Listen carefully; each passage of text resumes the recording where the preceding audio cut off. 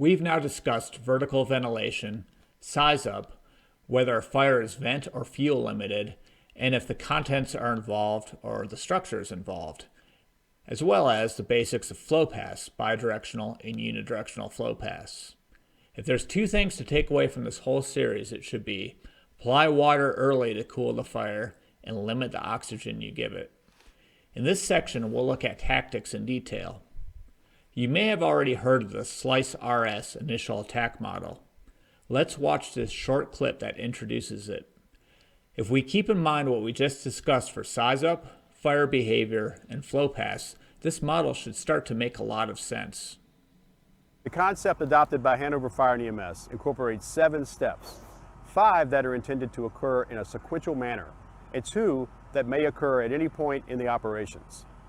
They are size up, locate the fire, identify the flow path, cool from a safe location, and extinguish the fire. The R for rescue and S for salvage are listed to the side because they are considered actions of opportunity. The slicers method is intended to serve as the initial attack sequence for the first arriving companies at a structure fire. Its predecessor, RECIO VS, serves as command priorities, guiding the command thought process for the incident commander. Let's start with the first letter of the slicers acronym and discuss size up.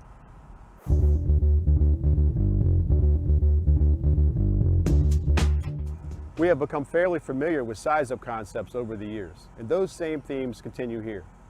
But we still have a lot to learn about sizing up our fires on arrival and throughout the incident. Size up from the outside, doing that initial 360 is so important. You need to account for the wind. You want to keep the wind at your back. You need to see where the fire is and where it wants to go. Play that through in your mind, and then come up with your tactics. Decide what you want your firefighters to do. It's not a one-size-fits-all situation. Many times I hear firefighters tell me, Dan, every fire is different. You're only doing science on, dozens of fires or hundreds of fires. I say, well, that's true, but the physics are the same every time. And I agree, every fire response is different, right? The time of day, who the crew is, what your resources are, where the hydrants are on that street, how advanced the fire is when you get there, all those sort of things. So it's true, every fire that they respond to is different. But then many of those same firefighters will tell me, I'm going through the front door every time. Just doesn't make any sense. Prior to selecting strategy for an incident, the incident commander must do a 360-degree look around the entire structure to make sure that they got as many facts as possible before they make the critical decision of interior, exterior, offensive, defensive, whatever title you call it.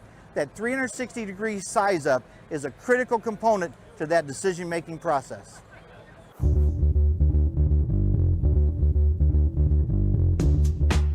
The next step in the sequence is to locate where the fire is in the building. The research has shown us that fires are more likely to go what is called vent limited, meaning that firefighters may not see clear signs of fire when they arrive. Yet the fire may be in the building, just waiting for an unsuspecting firefighter to open a door or a window, giving the fire the air that it has been waiting for to support combustion. During the locate phase of the slicers concept, we encourage company officers to carry their thermal imaging camera on their 360 survey. This allows them to see thermal areas that are normally obscured by smoke. This also allows them to plan for how they will attack the fire.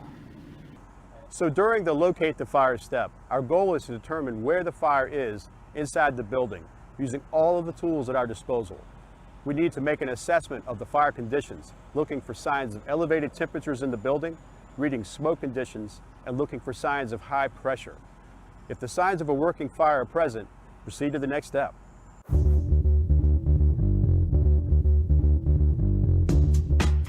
The research has shown us that it is critical to understand and be able to identify flow paths on the fire ground. Fire officers should become accustomed to recognizing open doors and windows on arrival and fire conditions, including the neutral plane if fire is visible. When fires are vent limited, a tactic may include withholding ventilation until hose lines are in place. This will help limit fire growth until crews are ready for cooling and extinguishment. This could be as simple as closing an open door or waiting to create building openings. Flow path control devices are now available on the market to assist with controlling and limiting air movement in the fire building. These may be applied on exterior openings or inside the building to limit the threat of rapid fire growth. Identification and control of flow path is a critical step to improving firefighter safety. Identifying the flow path is extremely important. Firefighters are going to make openings in order to be able to put the fire out. They need to be able to decide whether they want to control those openings or just know that they're in the flow path and operate safely and quickly in that condition. There's many things you can do. You might want to close the door before you go in to choke the fire, to stop allowing the fire to have the oxygen to build up and develop.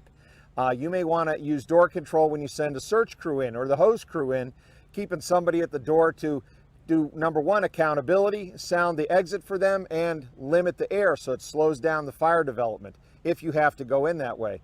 If you have an option to go in and not be on the exhaust portion of the flow path, but on the inlet of the flow path, that's certainly the best choice. And how many times have we heard fire chiefs that have sustained a line of duty death in their department the following week during the funerals making statements of how rapidly conditions changed? It's all about a change of ventilation that resulted from the firefighters being in a safe place to being in the exhaust portion of the flow between where the fire is and where the fire wants to go.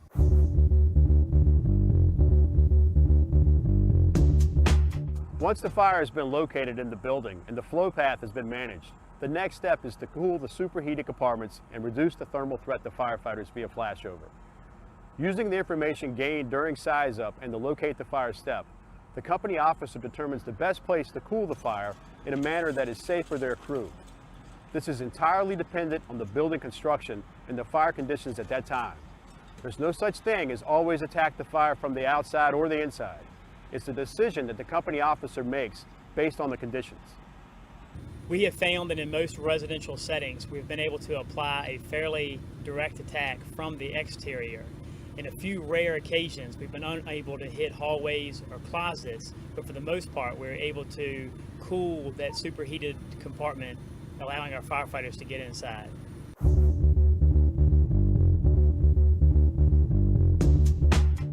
Once the fire has been cooled, it is vital that firefighting crews make entry into the building to fully extinguish the fire. Failure to make a timely attack at the seat of the fire can result in dangerous fire growth. Crews must be conditioned to move quickly to assure the fire is extinguished. One thing that we learned in developing the slicers concept is we were very good at advancing hose lines.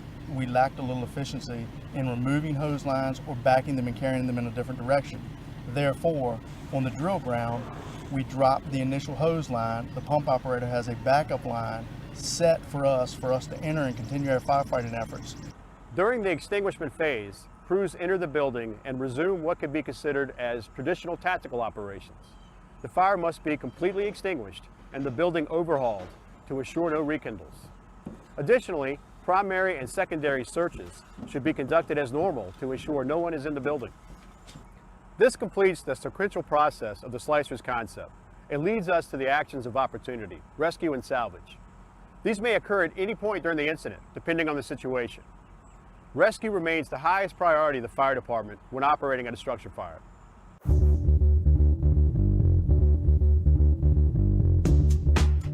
The information gained during size up dictates where rescue falls into the incident priorities.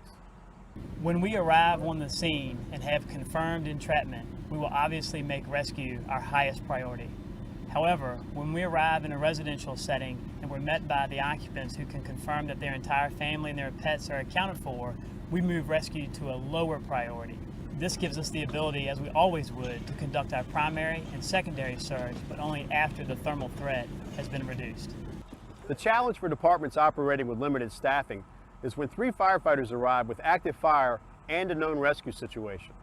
In a perfect world, the department would have the staffing to allow for simultaneous tactics, initiating a search and rescue effort while reducing or removing the thermal threat at the same time. But with limited staffing, the company officer is forced to make uncomfortable choices.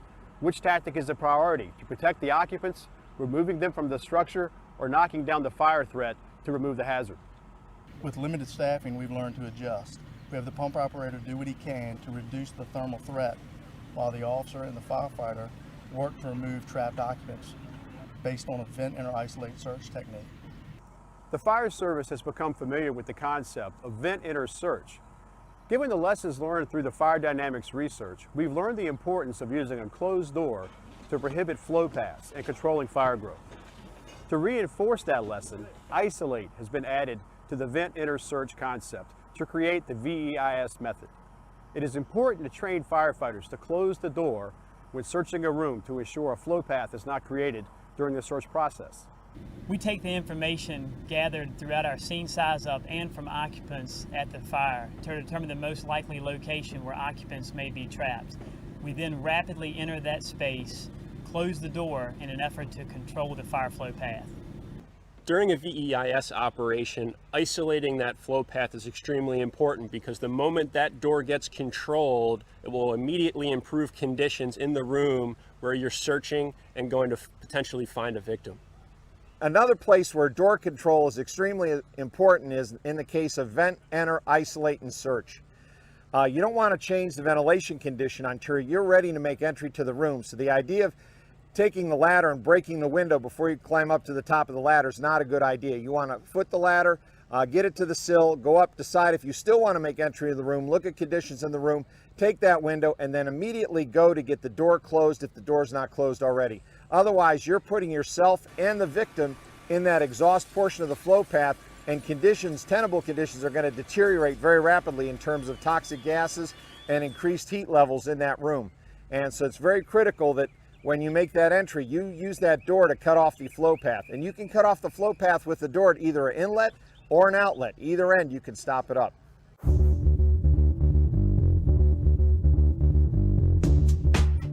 Salvage rounds out the slicers method, with firefighters using everything from compartmentalization to salvage covers to protect property to the greatest extent possible. Remember to close doors as you move through the structure to limit smoke and water damage. This video does a great job of breaking down SliceRS into its components, but remember, much like a patient assessment done in real time, a lot of the steps are happening simultaneously. As we are sizing up the building, we are locating the fire, we're identifying the flow path and controlling it, as well as developing our strategy. They touch on a few key tactical considerations that we haven't talked about yet. Cooling the fire from the outside and then making entry to extinguish it is called transitional attack. Transitional attack is how we're going to fight many of our structure fires. We won't arrive with an engine team, RIT team, search team, and vent team simultaneously. Transitional attack slows everything down and buys us time to get what we need in place to then go inside and extinguish the fire.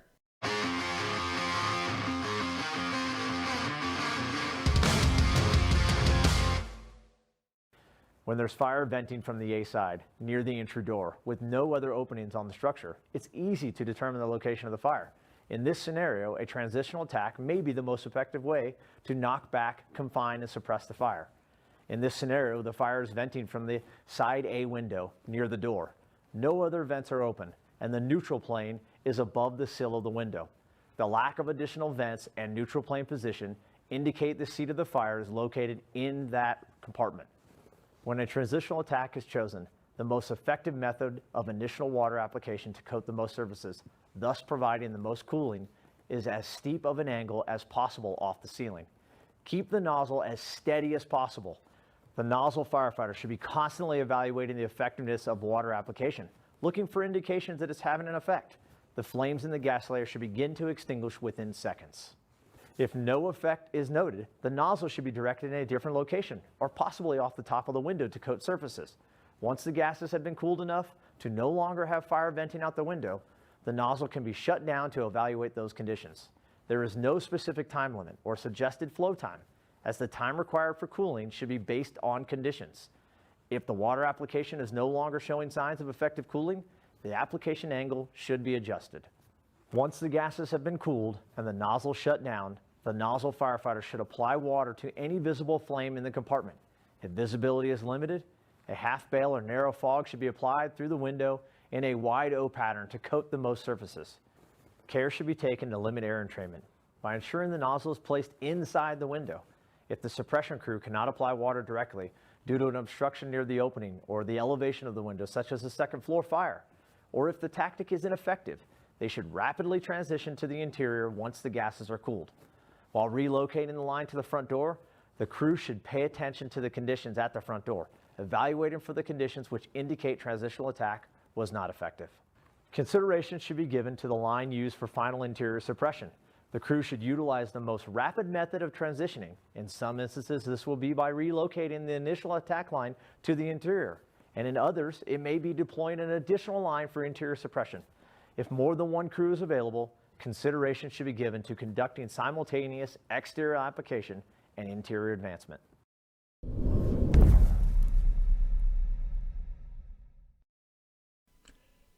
The next tactic we want to look at is VEIS. The next chance you get to practice throwing ladders, practice laddering for rescue. In VEIS, we want to ladder under the window ledge and preserve the glass until we are at the window ready to make entry. There must be a credible belief that there's an occupant unaccounted for and inside. The likely areas for the occupant to be found are not accessible due to fire conditions, and that the room can be isolated by closing an interior door. Taking a window to an open floor plan room would invite widespread fire growth throughout the building and draw fire towards you and the presumed occupant we're trying to rescue. What we want is an interior door that can be closed once we're inside to isolate the room so our removing the window does not change the overall ventilation profile of the building. All right, today we're going to be talking a little bit about the tactic of vent enter search. This is also called a targeted search, and we're just going to talk a little bit about how it's performed and when it's performed. This type of search gives victims the best chance of survival. Generally, we're looking to start searches as close to the fire as we possibly can. Some of the exceptions to this are going to be when we have a fire on the first floor of a 2-story building. Time of day may dictate that we need to go directly to the second floor where we have the highest probability of victims. Sometimes the fire has to be controlled before the search, but really more often than not, we can and should be performing both at the same time. Before using this tactic, you need to understand the difference between venting for fire and venting for life. Venting for life must be done with the knowledge that you're going to be drawing fire at you once you make that opening. We need to talk about the go versus no-go parameters. The go parameters include when you know you have a viable rescue, when there are no signs of impending flashover, and of course, like always, you need to make sure that it's a coordinated attack, and you need to make sure that you have a good membrane. In other words, the other side of that room should have a door or some way to compartmentalize that room from the rest of the structure. So a no-go would be when you obviously don't have a viable rescue, such as when there's imminent flashover's already occurred, or when you have a loss of that membrane, there's no way to compartmentalize that room from the rest of the building, or when you're using PPV. Once it's been identified that the vent enter search tactics is going to be used, you need to make sure that you're not also implementing positive pressure ventilation. Okay, so now we've got our ladder in place. Now there's a couple of different ways that people talk about doing this. One is to put the ladder up and take the window out with the tip of the ladder. The other option is to put the ladder up and then climb the ladder and take the window out then. We prefer to put the ladder up first, climb the ladder, and then take the window. That allows us to better control our environment. From the tip of the ladder, we're going to be able to assess the interior conditions. We're looking for the door to make sure that we can compartmentalize that room. We can also assess current interior conditions within that room, since this is most likely going to be a victim rescue scenario. Some of the recommended tools: the searcher has a Halligan that's going to aid in his search. It's also going to take up you can take a roof hook or multi-purpose hook or pike pole or something like that to help you stay oriented to the window, and we'll cover that. And then also, since this is an oriented person operation, we're going to bring up a tick for the oriented man.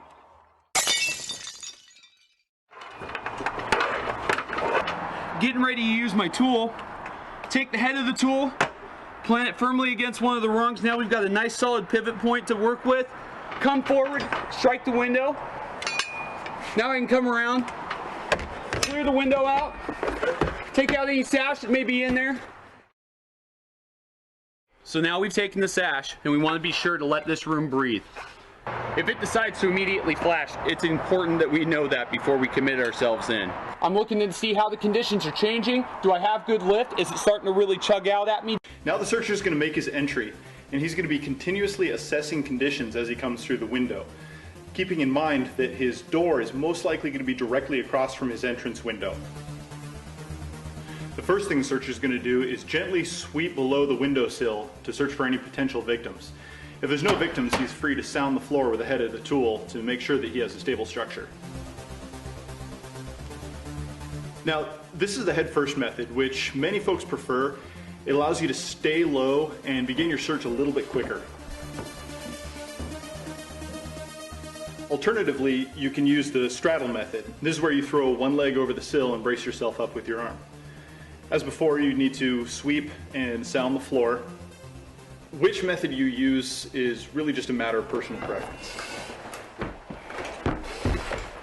Okay, now myself in the officer position, I've waited until my firefighter has made entry to the window, and then I'm going to head up directly after him. Now, as an oriented member on the ladder, I'm going to keep an eye on my teammate. One of the first things I'm going to do, if I still have the hook, I'm going to hook the sill for him. And what having the hook there is going to do is it's going to give the searcher a reference point. When he goes around the room and comes back to that hook, he knows that he's at his entrance window. My other responsibility is to monitor with the tick. And what I'm looking for is, one, I'm keeping an eye on my partner. Two, I'm assessing for any victims that may be in the room. And three, I'm looking for any unusual heat signatures, such as, is that door or the wall or the ceiling starting to glow, starting to get hot? Are we starting to have a breach of this room? Are fire conditions changing? And our tactics may have to change. As the searcher, your very first priority is to get to that door and close it, compartmentalize that room from the rest of the house. Before you do so, it's important that you take a look down the hall to evaluate conditions. If conditions warrant, you can go straight to the door. However, in limited visibility, it may help to do a wall search pattern towards your door.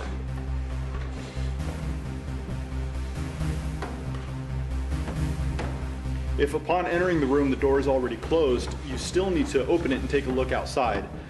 One, to look for victims, and number two, to evaluate conditions inside the house to see how long you have that room. Once the door is closed, you're going to commence your search. Now remember, this is a primary search, so it has to be done very quickly.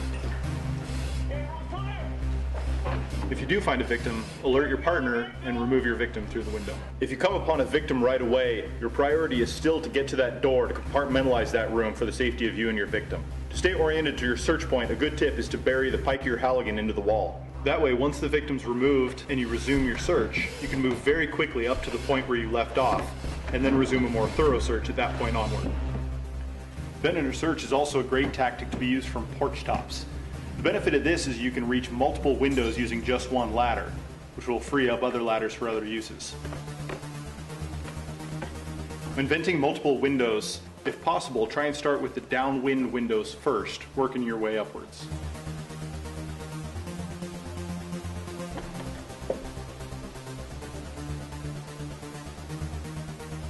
Search complete. Thanks for joining us. Hopefully you picked up a few new things about vent under search, and we'll see you next time. At the end of this video, the narrator mentions working on the downwind side first. Why is that? Any opening we make on the windward side of the building, or the side where the wind is blowing in, is going to both pressurize the building further and feed the fire a ton of oxygen. If the wind is blowing, the results could be instant and disastrous. So let's bring this full circle now and discuss one final tactic to consider: horizontal ventilation, and specifically positive pressure ventilation. In the VEIS video we just watched, they mentioned not to perform a VEIS if PPV is being employed. Why is that? The principle of positive pressure ventilation is we have a single entry point that we place a ventilation fan at, blowing in, and a single exit point for the smoke and byproducts of combustion to exit. Remember our flow path principles. Area of high pressure wants to equalize with areas of low pressure. We want to place that ventilation or exit point as close to the fire room as possible. Positive pressure ventilation will push smoke and fire to any openings we make in the building, including our VEIS entry, so we want to control or limit the number and location of any openings we make.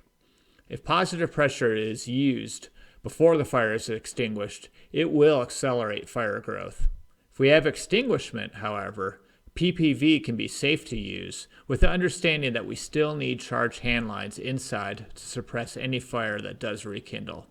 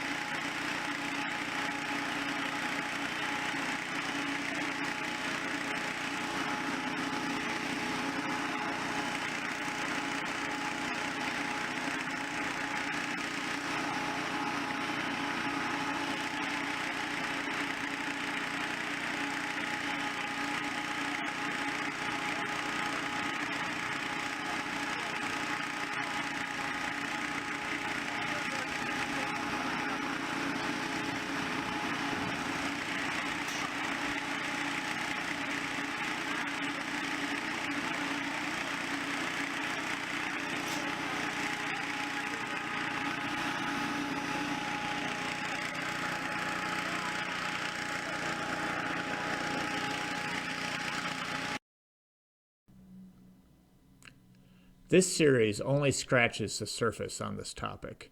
For anyone interested in knowing more, there are hours of video content from UL, NIST, and ATF online that I can send you to deep dive on. I hope that I captured the essentials on how we might apply the principles of these findings into our practice, given our response model in our district. My point is not that one tactic is always right, but that there are inarguably laws of physics at work on the fire ground, and we need to base our actions on current and predicted fire conditions. Take a moment and review your self-check and see if anything changed for you. Did anything become clear, or maybe not as clear, and you want to discuss? Send me a message. I wanted to get you thinking with these. Now, pause the video if you want to do the check before hearing my answers. Does venting equal cooling? Not really. In the first moments when pressure is relieved from a fire room and an influx of cold air comes in, yes, but adding oxygen always means adding fire unless you put the fire out. Can you protect the stairs? You can by closing an interior door, but unless you can see the fire and put water on it, putting yourself at the top of a stairwell with fire below you is putting yourself directly in a convection oven that your handline will have no effect on. The question of, is ventilation a fire suppression tactic, highlights that ventilation is used in different ways. In the aggressive interior attack formula of a coordinated vertical ventilation with an interior attack, yes, it is part of that recipe that makes for that suppression strategy. I hope I illustrated how that very temporary cooling and clearing buys a moment or two for an interior team in that setting. In a transitional attack model, which is more often how we operate, ventilation becomes more of an overhaul tactic. It is still important. It still supports the interior crews, but there is more flexibility in how it is coordinated. Does ventilation make conditions more survivable? No. Adding oxygen always results in higher temperatures and higher heat release rates. Adding water, however, from the outside, inside, doesn't matter. However you can get it to the seat of the fire quickly always lowers temperatures. Water puts out fire, and big fire demands big water, always. A true structure fire attack line for us is a 1 3/4 inch hand line flowing 150 GPM. A booster line or a 1-inch line will not supply the gallons per minute needed to prevent a structure fire from overtaking a building. A 2.5-inch line has a place in master stream applications, but for us, we don't train on handling the larger hose, and we don't have the water supply to support it. The 1 3/4 inch hand line at the right flow setting applied either in a transitional attack or directly to the seat of the fire, is our best bet for improving conditions.